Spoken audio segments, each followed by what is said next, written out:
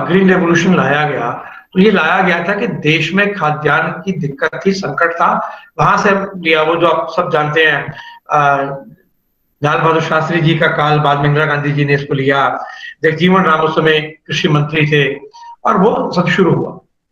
तो वो शुरुआत हुई, देश एक संकट में था खाद्यान्न के, भोजन के। तो हमको अनाज उगाना था, तो अनाज चाहिए था, तो फूड सिक्योरिटी के नाम पर हमने दो फसलों को मुख्य रूप से चुन लिया, एक गेहूं और दूसरा धान, चावल। दो को ज्यादा फोकस करते हुए उस पर काम किया। फूड सिक्योरिटी की कल्पना थी वो इमरजेंसी वाली कल्पना थी।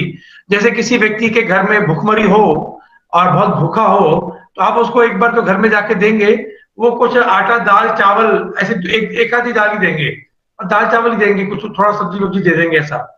तो वो एक तरह का आपातकाल था।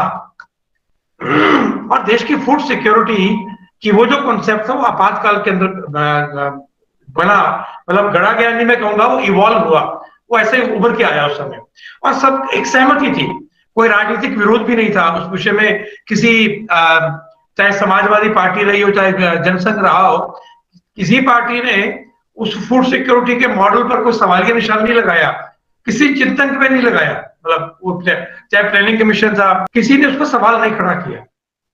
हाँ, अब उस सवाल वो जब हो गया, उसके 30-40 साल बाद लगता है कि वो फूड सिक्योरिटी का जो कॉन्सेप्ट था वो रिडक्शनिस्ट था, वो उसमें लोचा था, वो अपूर्ण था।